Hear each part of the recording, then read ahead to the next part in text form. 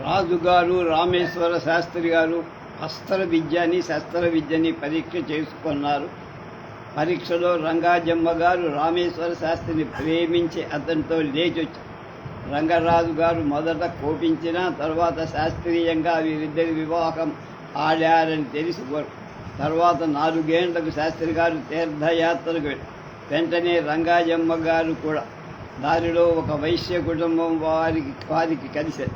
వారు ఆ దారిలో అక్కడ ఉన్న తెలుగువారు. అప్పుడు మాత్రం మహారాష్ట్ర దేశంలో కాపురం అదొక యాసతో వారు తెలుగు మాట్లాడతారు. తెలుగువారంటే గర్వపడడం. ఈ కారణాల వల్ల వారికి వీరికి పరిచయం. ఆ వైశ్య శిఖామణి పేరు రామకృష్ణారావు. చూడటానికి మహారాష్ట్ర బ్రాహ్మణులాగా ఆయన భార్య 14 ఏళ్ల కుమార్తె దీర్ఘయాత్ర తీర్థయాత్ర. ఆమెకి ఇంకా పెళ్లి కాదు. ప్రతి భజనీలోనూ శాస్త్రి గారు వండటం, తాను భోజనం చేసి రంగాజమ్మ గారికి పెట్టడం చూసి రామకృష్ణారావు గారు కొంత సందేహం. చివరికి శాస్త్రి గారిని వారి సంబంధాన్ని గురించి అడిగారు. శాస్త్రి గారు ఆమె తన భార్య అని, క్షత్రియ అని, తాను క్రమంగా బ్రాహ్మణ క్షత్రియ స్త్రీలను చేసుకుంటున్నానని, శూద్ర వైశ్య స్త్రీలను కూడా చేసుకోవాలని ఉన్నదని చెప్పారు. రావు మందహాసం చేసి ఊరకులు.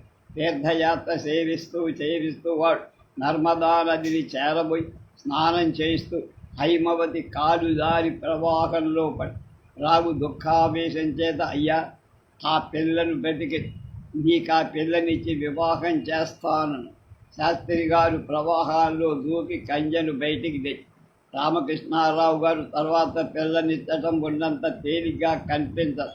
హైమవతి చక్కని మహారాష్ట్ర దేశంలో ఉండటం వల్ల అంత వయస్సు రావటం వస్తున్నది వరకు అవివాహితగా ఉండదు.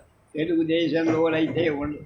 ఆమెకు శాస్త్రి గారి భార్యను చూసినప్పటి నుండి మనస్సులో ఒక కొత్త పోకడ కలిగి, శాస్త్రి ఆజానుభవం, ఎర్రనివాడు, సుందరమైన మొగం, నిత్య వ్యాయామం చేత కండలు తేది నిగ్గలాడేసేది.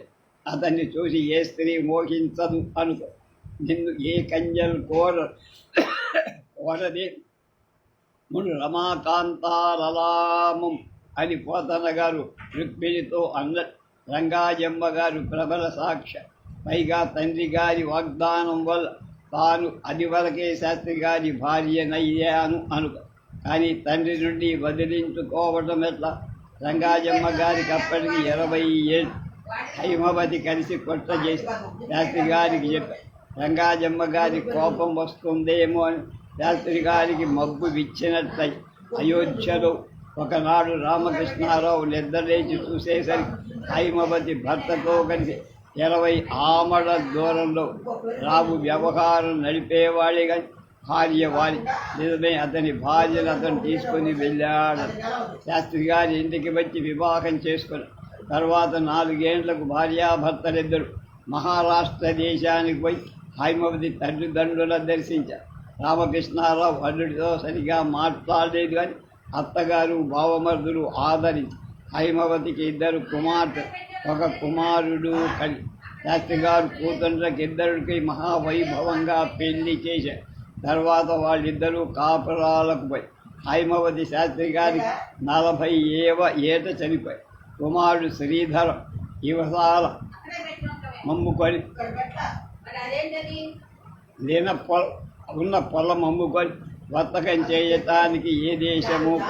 రామేశ్వర శాస్త్రి రామచంద్రరాజు గొప్ప ధనుర్విద్యా వ్యాపారంగతుడని శ్రీధరాన్ని వర్తక సార్వభౌముని చెయ్యాలని ఊహించారు. కానీ వాళ్ళిద్దరు తండ్రికి చెప్పకుండానే దేశాంతర గతులే. తన కుమారుడైన ధర్మారావుకు వేద విద్య చెప్పించాలనుకో. కానీ బావమర్ది భార్య చేసిన పోరాటం వల్ల అతడు చెయ్యలేకపోయి. ఈ రీతిగా ఆయన ఈ 3 ఆదర్శాల ఫలాన్ని రాకపోయి. ఊరిలోని ఒక పేద కాపుకి మంగ అనే కూతురు. మంగ విచిత్రమైన నల్లని కోలముఖం, ఎన్నడూ జుట్టు దువ్వుకోనేది కాదు. చిన్నప్పటి నుంచి రామేశ్వర శాస్త్రితో పరిహాసం చేసే. మంగా, నిన్ను నేను పెళ్ళాడతా చూడు అన్నా. నన్ను పెళ్లి చేసుకొని ఏం బాగుపడతావయ్యా, నా చేత తన్నులు తింటావా అని. శాస్త్రి తన్నుదు గాని లే అని మంగ నవ్వు. ఆ పేదకాపు కూతు పెళ్లి చేయలేకపోయి అతని భార్య మంగ పసితనంలో చనిపోయి. మంగకు 18 ఏళ్ళు వచ్చేది. అయినా పెళ్లిగా కాపు పాపం మనోవ్యాధితో ఉబ్బసంతో తీసుకొని చచ్చిపోయాయి. మంగ బ్రతుకు నిరాధారమై వయసులోని వారు మంగను దుశ్శీలంగా ప్రయత్ని ఈ తిప్పలు పడలేక మంగ ఒకరోజు శాస్త్రి గారి దగ్గరకు నన్ను పెళ్లి చేసుకుంటానన్నావు, చేసుకో, నాకు తిండి జరగటం లేదు, అదిగాక దుర్మార్గులతో బాధపడలేకపోతా, తెల్లవారులు నా ఇంటి మీద గడ్డలేస్తున్నా, నాకు దిక్కులేదు, నన్ను పెళ్లి చేసుకుందావా పాడైపోమ్మంటావా అని శాస్త్రి మంగను తన ఇంట నుండి పొమ్మ. అప్పటికి సావిత్రమ్మ గారు కాపురానికి వచ్చి హైమవతి ఆమె పెద్ద కూతురు ఏడాది పిల్ల. ఆమెకు శాస్త్రి గారి ఈ పెళ్లి నచ్చల. మంగ ఇంత నిలవనిచ్చింది కాదు. మంగ పడే బాధలు చూడలేక శాస్త్రి గారు వేరే ఆమెకు ఇల్లు వేసి అన్యాయం ఎలా చేయని ఆమె 10 ఎకరాలు ఆమెకు రాసిచ్చారు. అప్పటి నుండి మంగ సుఖంగా మంగ బలవంతంగా శాస్త్రి గారు ఆమెకు పుస్తకట్టారు. తర్వాత 4-5 ఏళ్లకు మంగ కడుపున కాయ ఒక ఆయన, ఆ కాయ మగశిశు. వీటిలోనే ఆ శిశువుని చూసి మంగ మూర్ఛ. అది ఏమి శిశువు? ఈయన కర్ర పుల్ల కన్నా ఆకుపచ్చని శరీరం, జుత్తు బూడిదల. అందరూ ఏమో పాము పిల్ల పుట్టిందన్న. కానీ 2 కాళ్ళు, 2 చేతులు, మొగం, కన్ను, నాలుక అన్ని ఉండగా పామనుకోవటం ఎట్లా? సాటి కాపు పడుతులు చూసి నవ్వారు. మరికొందరు కులాభిమానం గల కాపు పడుతు కులం చెడిన దీన్ని మంచి పరాభవమే జరిగిందరు. మంగ మూర్ఛ తేరి శిశువు నందురు ఎదురు రొమ్మ కత్తుగా శిశువు కదలాడు. పాము మెలికలు తిరిగినట్టు మంగ పుత్తిళ్లలో అదిమి పట్టుబడి శిశువు ఏడ్చి పాము కూసినట్టున్నది. మంగ సుబ్రహ్మణ్యేశ్వరుని కలిసి పాము ఆముదం పెట్టి జననం విచిత్రంగా గుంపుల జనం వచ్చి శిశువును చూసి పోయారు. మరికొన్నాళ్లకు మంగకు అభిమానం వేసి శిశువు దాచుకుంటూ వచ్చింది. నెలపురుడు వెళ్ళి శాస్త్రి శిశువుకు చూడటానికి వచ్చి శిశువు అప్పుడే తండ్రిని గుర్తుపట్టనే తండ్రి చేతిలోనికి పోవటంతో ఏడుపు. శాస్త్రి శిశువు వంక చూశారు. సాక్షి తీక్షణ ఆలోచన పరుడై మంగ చెక్కిళ్ళ మీద చెయ్యేసి, మంగా నీ అదృష్టవంతురాలు సుబ్రహ్మణ్యేశ్వర స్వామి, నీ యందు చాలా దయవచ్చింది, నీ యందు ధర్మం ఇంకా చెడిపోల, ఈ ధర్మాన్ని రక్షించుకో అన్న.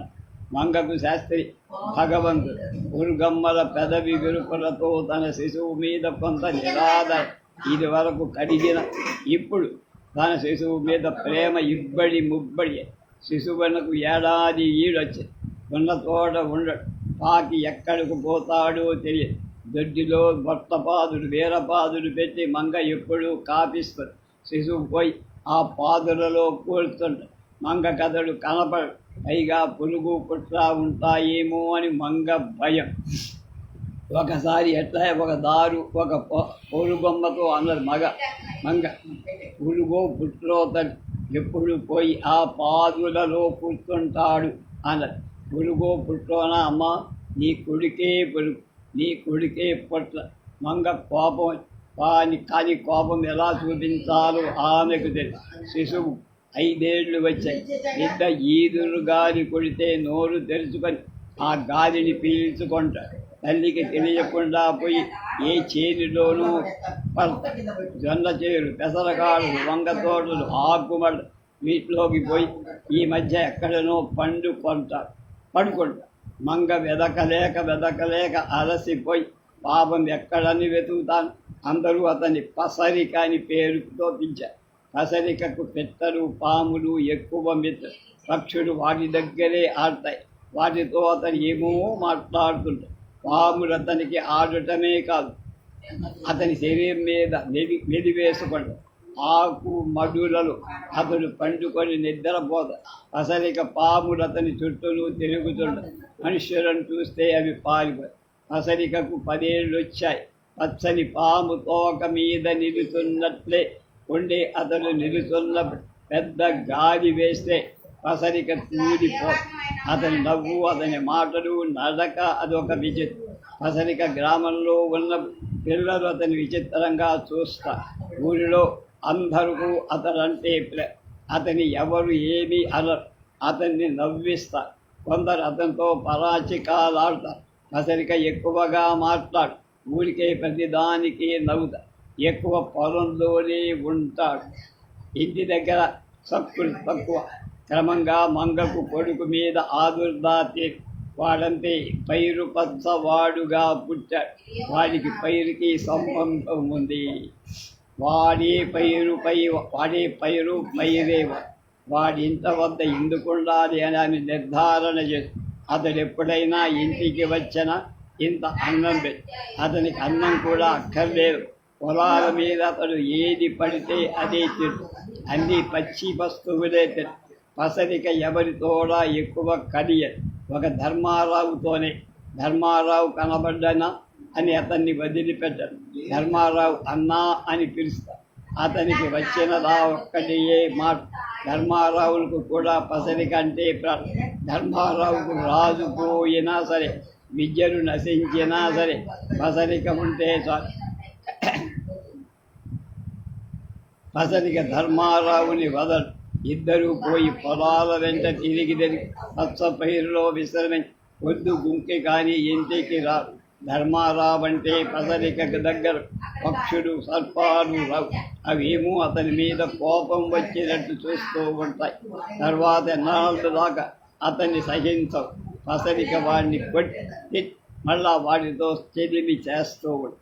ధర్మారావు రంగాజమ్మ గారి ఇంటి నుండి వస్తూ ఈ ఊహాతరంగాలలో వడలు తెలియక నడుస్తారు. అప్పటికి పొద్దు తిరిగి దూరంగా పసరిక ధర్మారావుని చూశారు. పసరిక అన్నా అన్న. ధర్మారావు అతని గురించే ఊహిస్తున్నాడు. పసరిక వచ్చి ధర్మారావును కౌగలించబడి తమలపాకు తీగ వచ్చి అవిసమొక్క మీద వారినట్టు. ధర్మారావు నాయన, నీకు 1000 ఏండ్లు ఆయుర్దాయమని. 2 జాములు ఆకాశం ఎక్కడి నుంచి వచ్చిందో తీతువు పిత్త కూసే. ధర్మారావు హృదయంలో ఏదో కొట్టినట్లయింది. పసరిక ధర్మారావును తన వెంట పొలాలకు రమ్మను. ధర్మారావు యొక్క పరుక్కుమన్న గుండె, నాయన అన్నం తినలేదని అభ్యంతరం చెప్పారు. పసరిక ధర్మారావుని వెనుక తిరిగి చూస్తూ వెళ్ళిపోయారు. ధర్మారావు మళ్ళా పడుతూ నడుస్తున్నాడు. ధర్మారావుకి అపశకునం వల్ల మనోవ్యధ కలిగి ఆ దెబ్బ కూడా ఆయనకు తగిలి. అయ్యో, పసరికకే భంగమ. ధర్మారావు శరీరం కూడా నశిస్తుందనుకున్న ధర్మారావు మరలా ఆలోచన నిమగ్నుడయ్య. దారి వెంట నడుస్తాడు. అతను తాను ఎరగడు. మరికొంత దూరం పోయిన తర్వాత ఎవరో తను వెనక నుండి తాకినట్టు వెనక్కి తిరిగి అతని కళ్ళలో వెన్నెలను చిమ్మన గ్రోవితో కొట్టినట్టు. అది నవ్వులు. ఆ నవ్వింది 12 ఏళ్ల పిల్ల. దాని వడలిపై తెలియకుండా మన్మధుడు వస్తున్న దాని తెల్లని పలువరుస సుదర్శనాయుధపు అంచులలాగా పదులు పెట్టినట్టు. దాని చెవులు శ్రీకారాలై పంచజంజాల్లాగా. దాని కన్నులు కమల. దాని నాసిక కౌమోద. దాని భ్రూయుగం శాంగ్య ద్విధా విభక్తమైనట్లు ఉండే. దాని మూర్తి వికుంఠమై మనోజ్ఞమై. దాని పేరు దేవదాస్. అది రామేశ్వర శాస్త్రి గారు ఉంచుకొని భోగాంగన రత్నగిరి కూత. దేవదాసి ధర్మారావును అన్నా ఎక్కడికి. ధర్మారావు మరొక్కసారి తన తండ్రి మూర్తి కనపడి ఆయన వర్ణాశ్రమ ధర్మాలని ముద్ద కట్టినముడు. ఆయన భారతదేశము యొక్క ఆత్మ. ఆయన త్రైవిద్యకు ఒక వ్యాఖ్యానం. రేపు 4వ అధ్యాయం.